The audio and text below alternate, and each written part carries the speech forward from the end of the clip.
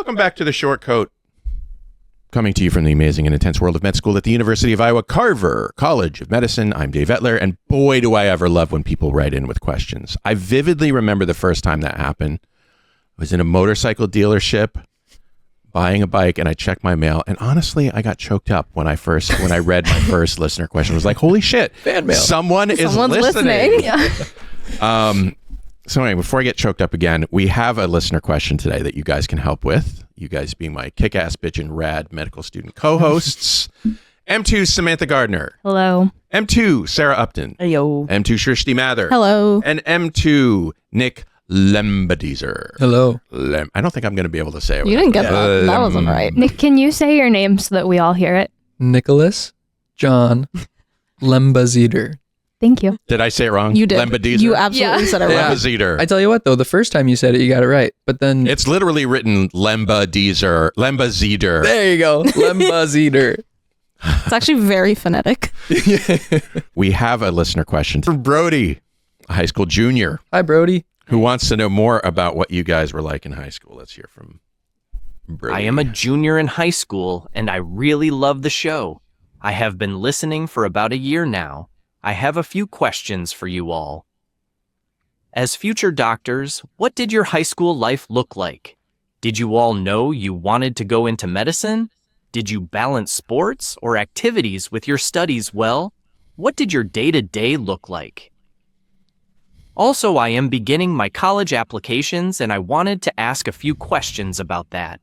Where did you all apply? Did all of you have 4.0s and 1500 SAT scores, or did you figure it all out later?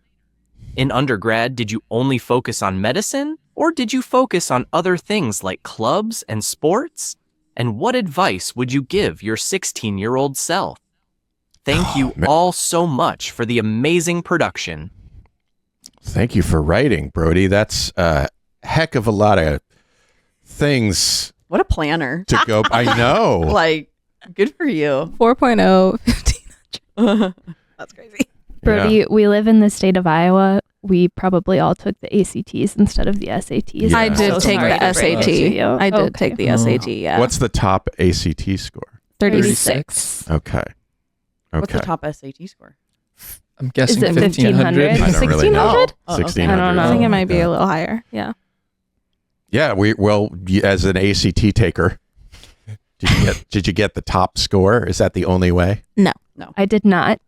However, a little anecdote is that when I applied in the state of, I think it was Texas, I had to provide my ACT score, even though it was from 2013, and I was applying in 2024. That's crazy. So to answer that part, does it matter? I guess a little. I don't know. They want it for something. I mean, oh God. Did you have it together in high school? I don't have it together now. What makes you think I had it together in high school? I was doing the bare minimum in high school. Yeah. Yeah, I don't know. I avoided every science class possible in high school. Yeah. I despised science when I was in high school. Yeah. Why is that? I liked English. I liked reading and writing. I did not imagine that I would pursue a career in the scientific field when I was in high school. I'm Indian. So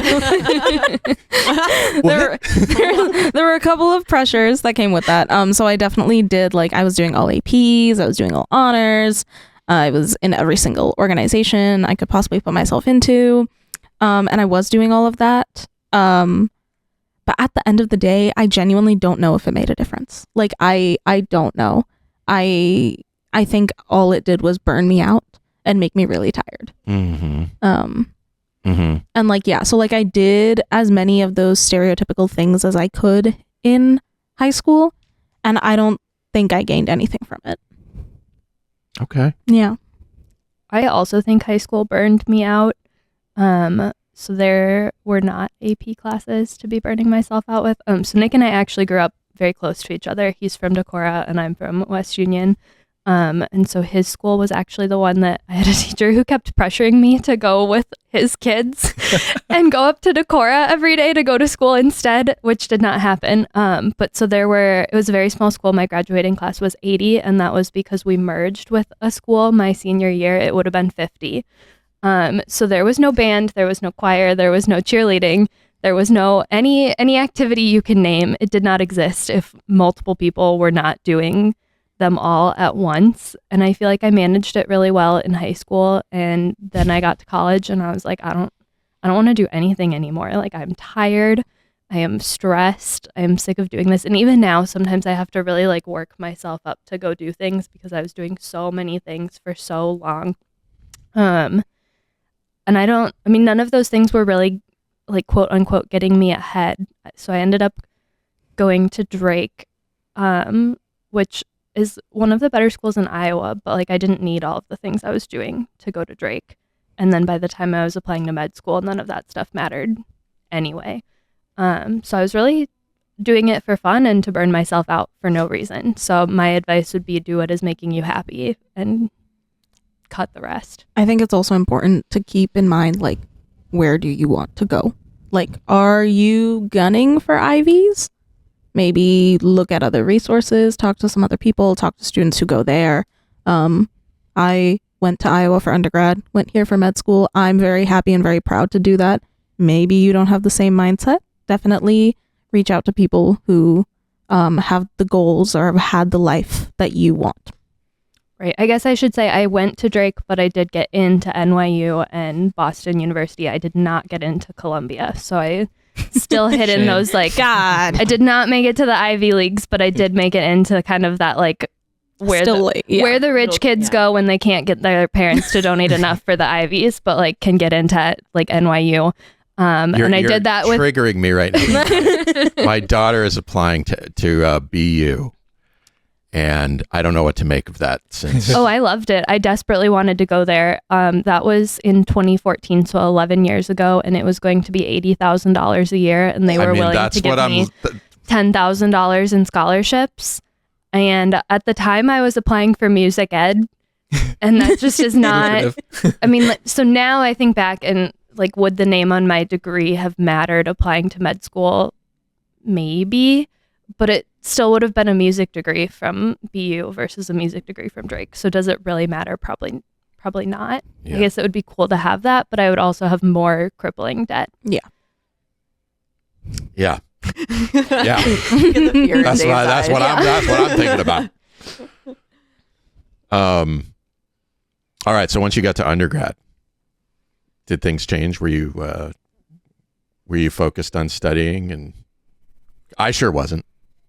Not in the least. Not in any way. I was there to have fun. I think I definitely had the thing happen where I was so stressed and strict with myself and had a strict environment growing up in high school that the minute I got away in college, everything went to shit. The same thing happened to me, except I'm not sure that I had especially strict parents the way you did. Okay. But I was definitely like, woohoo! Okay, so I had an excuse. Yeah, I had no excuse. I was just like, this shit's fun. But yeah, I definitely feel like you need to be sustainable with it. Like, I was not sustainable. I went crazy in high school and could not sustain that in undergrad. Yeah. Oh, actually, sorry, really quick, back to the high school thing. I will say, so my school did a lot of AP stuff. My advice to anyone is to get the college credit if you can. AP's fine, AP's great, but like if your school offers the college version at the community college, just get the college credit. It transfers way easier. You don't have to score 5 on the exam. That's my advice. Why? The scores like that Iowa takes, you have to get a 5, which is the highest score on the AP test for any of the AP classes, I'm pretty sure at this point. But whereas like if you just take the college course, you just get the grade and you can just transfer the grade that you get at the community college that you take it at. So I took AP courses, but some of them I didn't get credit for because I didn't score high enough. And so if I would have just taken the college course that my school had offered, limited, I could have just been done with that class, never taken it again. Got it. and like way less expensive. So you get college credit for not having to pay for college. Yeah, that's what I was going to bring up too. Mhm. And at least at my college, the number of credits that you had determined the order in which you got to choose your room in the dorms. And your Oh, classes. yeah, your, actually, and your right. registration. Yeah. Register. Mhm. And so if you take those classes while you're in high school, you're setting yourself up for success. Yes, in many ways. Yeah. Because you can Yeah. start as like a quote unquote sophomore. yeah. Right. And there's a balance because if taking those AP classes are going to burn you out or they're not a class you're actually interested in, Mhm. then probably not worth it. Yeah. But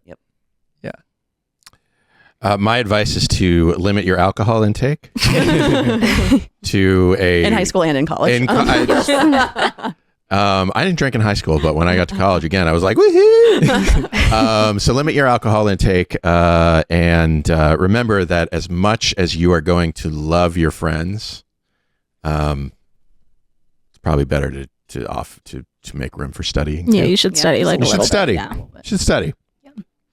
All right, dear and esteemed listeners, who I think of affectionately with the collective designation of shortcoats, in the event that there exists within your mind, heart, or consciousness any particular notion or opinion that you feel compelled to articulate to us, whether that pertains to this specific episode, installment, or broadcast that you have just completed listening to and experiencing here on this present day, or whether it involves some potential future topic that you would find interesting, engaging, or otherwise worthwhile to hear us explore on some upcoming occasion, or alternatively, should you find yourself in possession of any query of any description that you would wish to have answered, Do you have a word count you're trying to reach? cordially, warmly, and enthusiastically implore you to visit the specific uniform resource locator, aka web. Dave, I have You can, class. you can end the podcast early. Say bye, everybody. All right, bye. Bye. Shortcode.com/tell us. That's crazy.